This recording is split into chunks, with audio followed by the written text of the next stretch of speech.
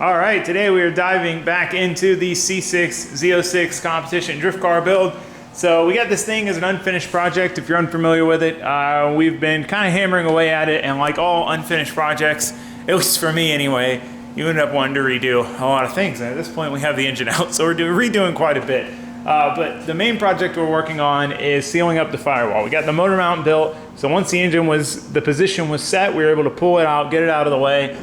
We got all these templates made for the firewall for all our holes. So some of these are simple, just squares like that, but this one, for example, compound bend, hugging around a pipe.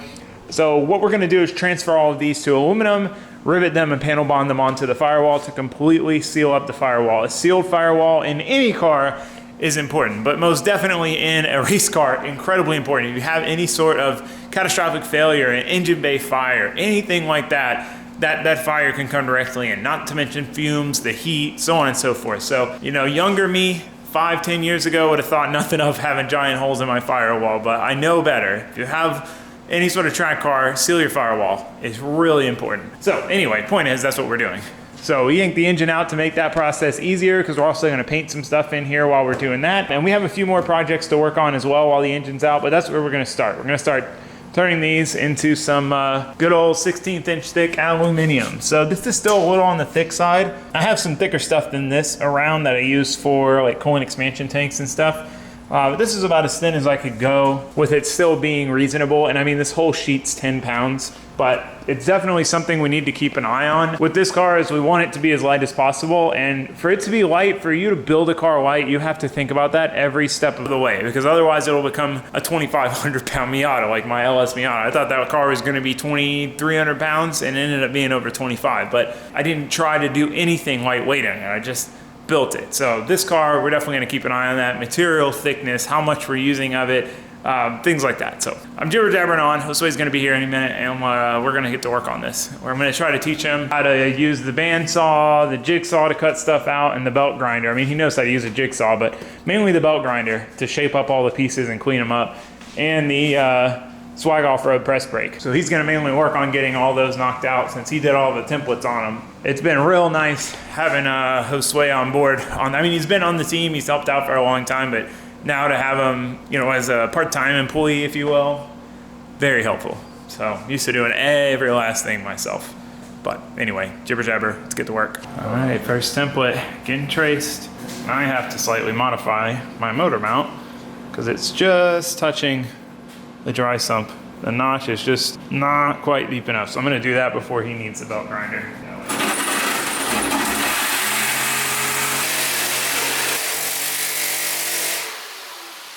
Well, this cut's way easier than what I'm used to. All right, so while Josue's doing that, I'm gonna make my modifications to the motor mount. So I ground down just a little bit more. I need to plate back over this, but before I do, I wanna make sure it fits. So that means pulling the engine back off this nice stand. One thing, I have this lift plate. I don't know if it's designed for an LS or not, but the bolt holes, the bolts always barely line up. We're on the top edge there and the bottom edge there. So I've been dealing with this for a while, and I could just take a carbide burr, slot it a little bit, and then not have to worry about this. So I'm gonna do that real quick.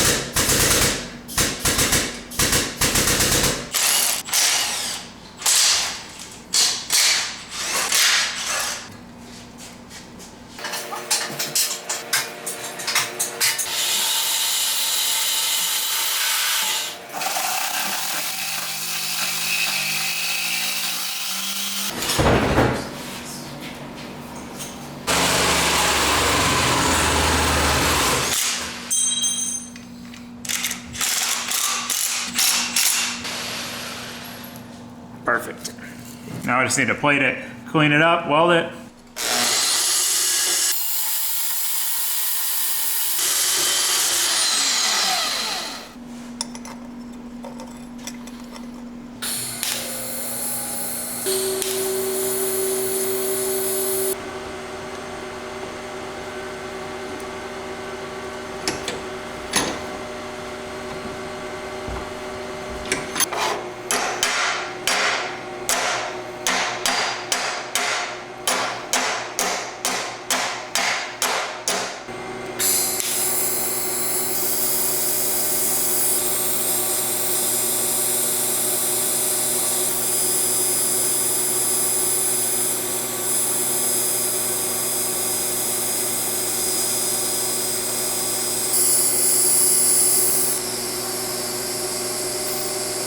All right, I went ahead and got both engine mounts back on the engine. We've got clearance now all the way around the dry sump. Even if it were to flex a little bit, we got about an 1/8 inch of clearance. It hugs it perfectly. Really happy with that. One thing I want to check, I want to drop the engine back in and make sure that everything still lines up. Since this was a little bit hung up on the pump, I don't know if we're gonna have to kind of space it this way a little bit. Also, it's getting real tight for this fitting down here. That's going to be for our turbo drain. Now I've got a specialty fitting coming for that should fit, but that's also getting tighter the more this moves in. So anyway, point is I want to see if it still fits and everything lines up still, or if we're going to have to do some more stuff to make it all line up perfect. So drop it back in real quick. Host Juanito here is finishing up his things. You can do that on the bandsaw.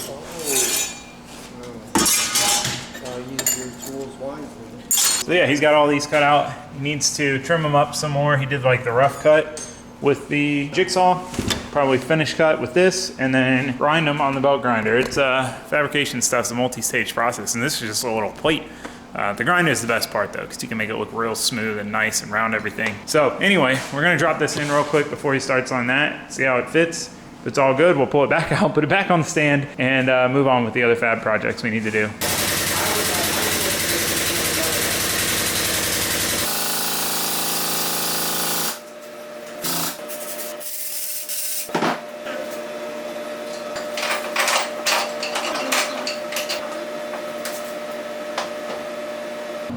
So lame. It's my own stupidity. I should have.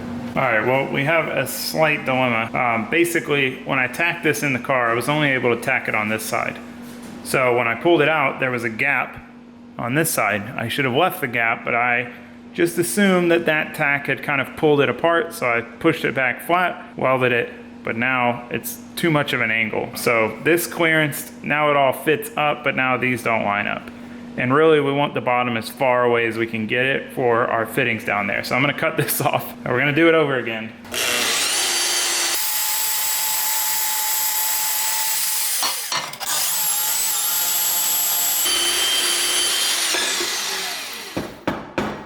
All right, we got it back in here. You can see the little gap there. Maybe you can see it.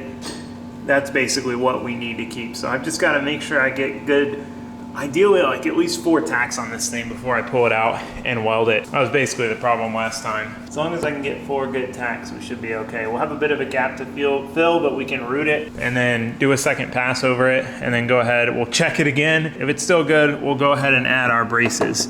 But you can see how much further away we are from this fitting, which we need all the room we can get here to get a line on there. So overall, I'm happy with this. Engine's all level, square. Everything's good to go. I hate having to redo something like this, but at the same time, you know, one of them things, it's worth it. You know, we could have put washers under it or something like that, but I'd rather spend a couple hours fixing it right than do it jank.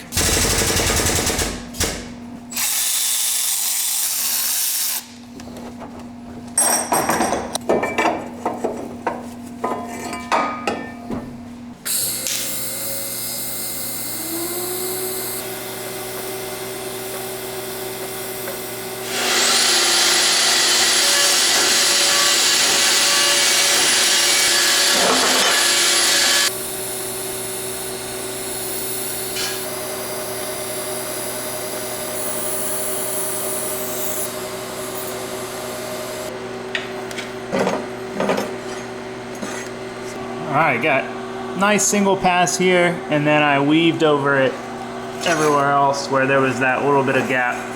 So we did 2 passes with a weave. I think that'll be more than strong enough. I'm gonna test fit it one more time. All right, well, we got it in. The tough thing here is we have no adjustment on the lowers since I welded the nuts on. Normally on even a factory motor mount, you're gonna have a little bit of a slot on one side, but there's enough play on the other side to get everything lined up and happy. So everything fits good. We're happy, we're in level. We now have plenty of clearance to our dry sump pump. I was gonna brace it, but if I'm gonna brace it, I really need to build a jig, because if I put gussets here, it's gonna pull everything. I mean, just welding it up, it pulled a decent bit. So I really don't think it needs gussets, because basically all the weld is, this is pretty much held in by gravity. The weight is going down on it. The only thing the weld's really doing is, since this has an angle and that has an angle, is keeping this from sliding out. You know, this plate down here, the weight is resting on the subframe. This isn't hanging off anything. So I think it's okay. Maybe I'll change my mind later. We'll have the engine out. I can do it later if I want to. But for now, I think I'm gonna leave it. I think that's gonna be plenty strong enough. The trans mount's gonna take up a lot of the front to back strain. You know, that's gonna be tied in. I think between those 3, I think it'll be fine. I mean, the factory mount replacement over here, it just has 1 bolt. You know, so I think we're okay. But anyway, moral of the story is we can take the engine back out now, so Josue can finish working on this. So he's got these trimmed up on the bandsaw for the most part. Now I'm gonna show him how to use the belt grinder. You're gonna have fun with that. Belt grinder is very satisfying, especially aluminum with the Scotch-Brite thing, because it doesn't take off a crazy amount of material at a time and leaves a real nice finish. You'll see. Anyway, let's take this thing back out. So like I said, the hard part's gonna be centering it.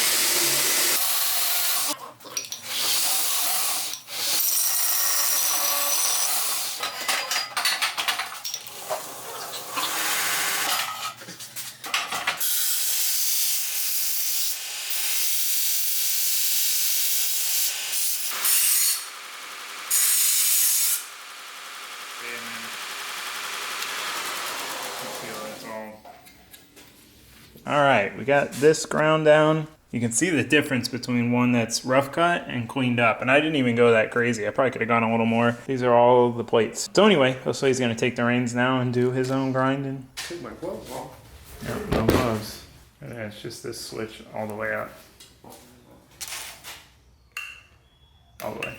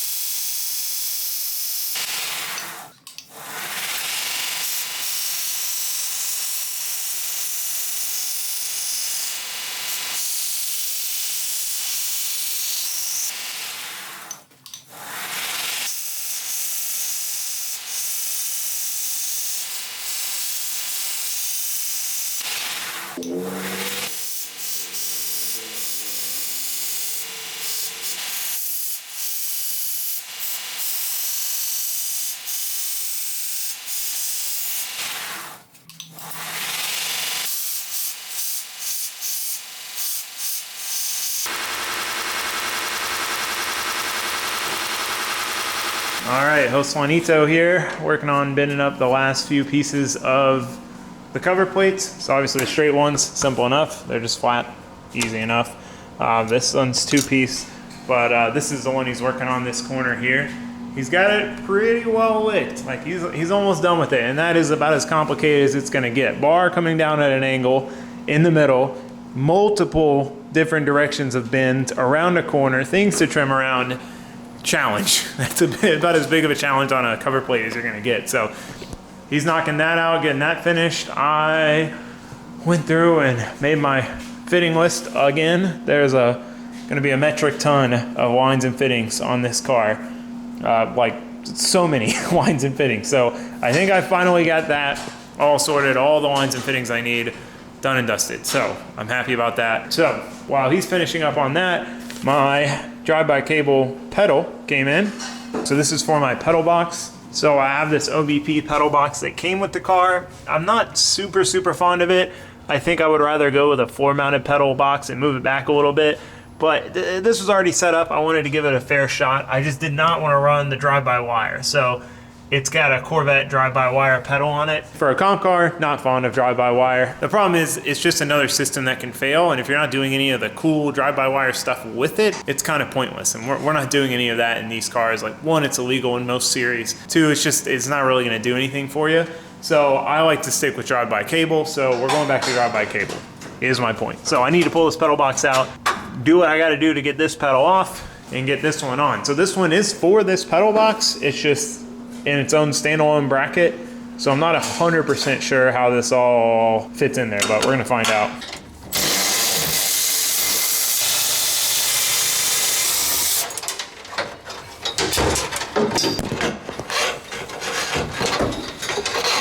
All right, yeah, so as I feared, we're gonna have to do a lot. So the pedal does bolt off, but they cut this tab off. So this is basically the same thing as that, just built into the one pedal box. So it's got the tabs up there for the pedal hinge gone. This stuff's been cut. It still has this piece. I think our best bet's gonna be to chop all of this that's in the way, out of the way, and then just bolt this bracket in there, or weld it in there. Maybe bolt it, we'll see. But we gotta get this stuff out of the way first.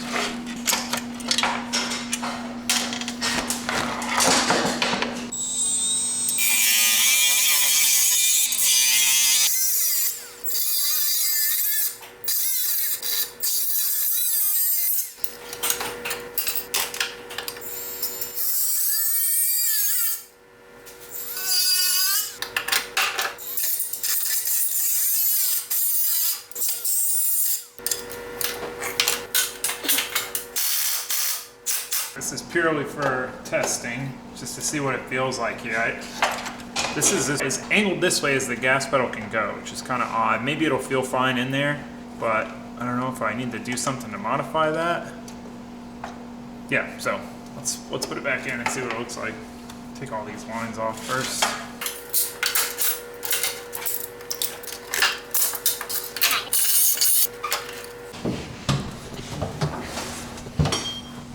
All right, well, it does definitely feel kind of weird. Not as weird as it looks like it would feel, but weird nonetheless.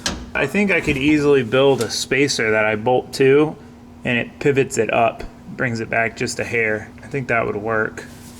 Get it to be level with all these, or similar. It just feels weird. It doesn't go any further up.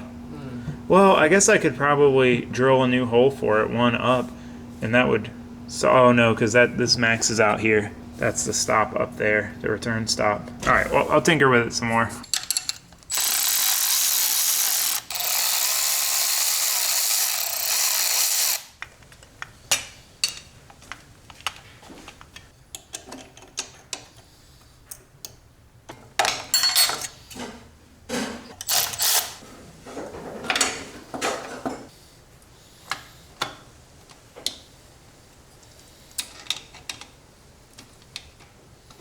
Just notice this thing's like super bent.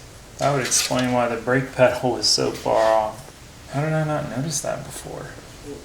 Oh, that center support. I did see that actually. Because that's what pivoted the brake pedal up. Because as this comes down, this gets tighter. About to say F this pedal box. Go floor mounted. Got this to kind of line out. Just like that's real tweaked. What did you end up doing? I took this rod end off and adjusted it longer, which is pretty much maxed out. Okay. Like there's barely any threads in there, which allowed me to get this angle back. Good with this, like that's much better than it was before. It was literally like this. All right, well, somehow, all the times I've messed with this thing, I never noticed that it somehow is very damaged. And this is one of those things I could overlook it and just not worry about it. But if this pedal broke off in comp, even in practice, if it broke off in practice, I'm unlikely to fix it in a weekend, which means I'm out for the weekend. So it's one of those things with a comp car like this, you really have to think that far ahead. I mean, there's a little thing that you could try to save money on, and it could cost you way more money in the long run. So I don't know what I'm gonna do. I'm not a fan of this pedal, not the way it goes. Like I have to I really need to weld more thread on this rod because it's barely in there and the pedal's still not at this matching angle of the clutch and brake. So I gotta ponder on this. I gotta decide what to do. I might go back to my original plan of doing a 4-mounted pedal box. I went through this whole dilemma about whether I buy a whole new pedal box instead of the pedal, because the pedal's like more than half the cost of the whole new box. If I was gonna buy a whole new box, I might as well buy a different setup that fits better. Blah, blah, blah, jibber jabber, roundy round. Finally, it was like, you know what? I'm just gonna buy the pedal. I already have the box. It's already together. What do you know? That was the wrong choice. Do not win $1 million. Okay. So moving on. We're gonna get back to the firewall. Josue has been tirelessly trimming and fitting and bending and test fitting these panels, specifically these two. He got these are quick and easy, but it's time to start riveting them in. At least these ones. We'll save that for last in case he wants to tinker with it more. But he's got rough draft holes marked for the rivets, so we're gonna go ahead and drill these out and then start drilling them in and riveting them into the car.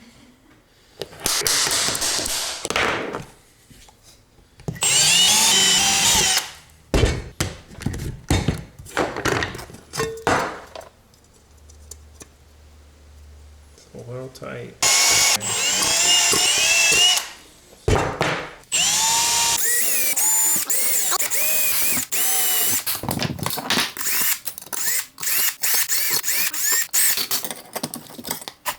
Bring it down.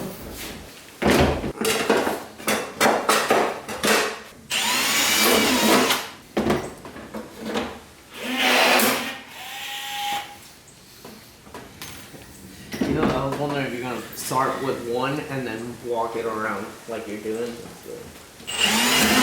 Get the second one. That way it doesn't shift. It's pretty satisfying. And it cuts it for you. Yeah, no, it's literally just like hold the trigger and let it ride.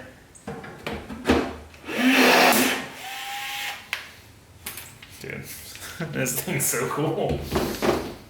I'll have to borrow that. Pretty much by the time I got it, I started using rib nuts on everything. I like never riveted anything. Oh, yeah. Like body kits, everything. I've never used one of those. I've used rib nuts more than like, and that's the, you know what I'm saying, the OG way of putting stuff together. Yeah, it's great for stuff like this. Oh, I'm looking forward to this, dude. Let me tell you. Give it a tap, give it a tap. Oh, Oh, yeah. nice and solid. No shaky shake. Oh, yeah. Maybe I should probably throw one in this bottom corner. Not one.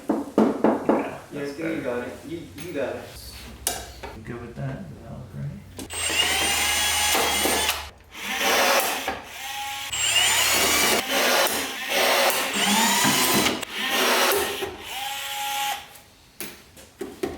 Look at that, dude.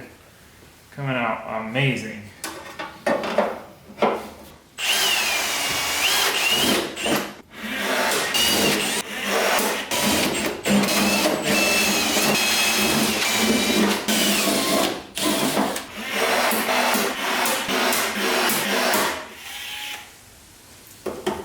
Look at that, dude. Professional.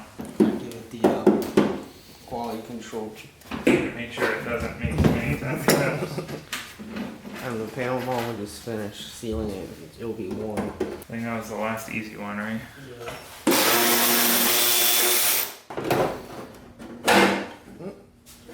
Wow.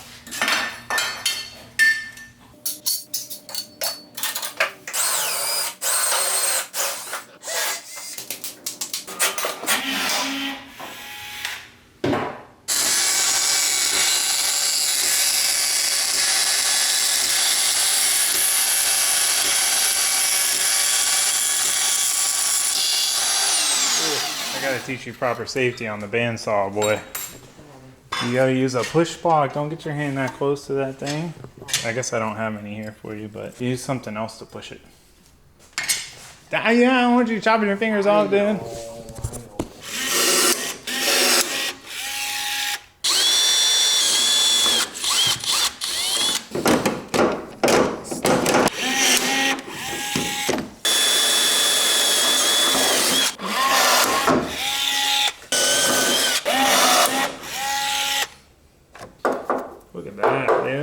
solid. It ain't perfect. It's got some gaps. I mean, that's what the panel bond's for, you know what I'm saying? Yes, sir. All right, all of the plates except this one are in. That one's another 2-piecer. It's just really hard to get the drill in there. We can't fit the normal size drill, so I just ordered a right angle drill. Something I've wanted for a long time. Like, there's so many situations where one would have come in handy, and of course Milwaukee makes one. They make everything. But yeah, this was definitely the most complex one, and it fit really good. There's a little bit of a gap up there, but we're gonna panel bond all of these in as well, and then we're gonna paint the firewall so they'll blend in pretty well. It's just tough because the firewall is fiberglass, so we couldn't weld these in or anything. I mean, I guess we could have fiberglassed it, but I trust this, you know, nice aluminum panel with panel bond more than I would trust fiberglass. Or at least me doing fiberglass, because the factory stuff is thick, you know, so I don't know. I feel like this is a better route. But yeah, Josue did a killer job cutting these out and fitting them and all of the above. I'm so happy with it. It just makes the engine bay look so much better to not have a bunch of giant gaping holes everywhere. Got a few more little ones to make. I've got to decide if I want to get rid of that bulkhead fitting there. We're going to have a bunch of bulkhead fittings, and I need a single 16 AM bulkhead fitting, but I don't know if I want it there. We're kind of going to be limited on real estate for the bulkheads. I would love to put them here, big flat piece, but the problem is that's where the cabin air filter goes, so you can't get to it. You couldn't get to the line on the inside to tighten it against the bulkhead. So that's not gonna work for any of them. So we really are limited to down here. We need 3 to 4 bulkheads on this side, and then we're gonna have to run the coolant bulkhead on that side just because all the hot stuff on the turbo kit is gonna be here. It's gonna be hard enough to run 3-16 lines, let alone 2 more. So we're gonna probably run the coolant ones, you know, around this side. It's gonna be a little tough with the accessory drive, but yeah, lines and fittings are going to be one of the biggest struggles of this car. Lines and fittings and wiring are really the 2 major things that we have left to sort out. There's a lot of stuff, but it's most of it's nuts and bolts and some minor fab work. That stuff takes a lot of thought. So anyway, I'm jibber jabbering on. We'll finish this up. We've got rear suspension stuff to go on. We've got our 5x114 conversion to do. We got the wheels from Fitment Industries still sitting here that are for the Zafiro that we're going to steal for this car for a little while just to see how it looks on some cool wheels. And yeah, plenty more work on the horizon. Plenty of parts ordered. Hopefully by the time we're done with that, turbo kit stuff comes in and we can just keep cranking this thing out. But for now, I think we're out of time and out of projects until we get a right angle drill. So hope to see you guys for that. But for now, that's it. Thanks for watching. Thanks for subscribing. Goodbye.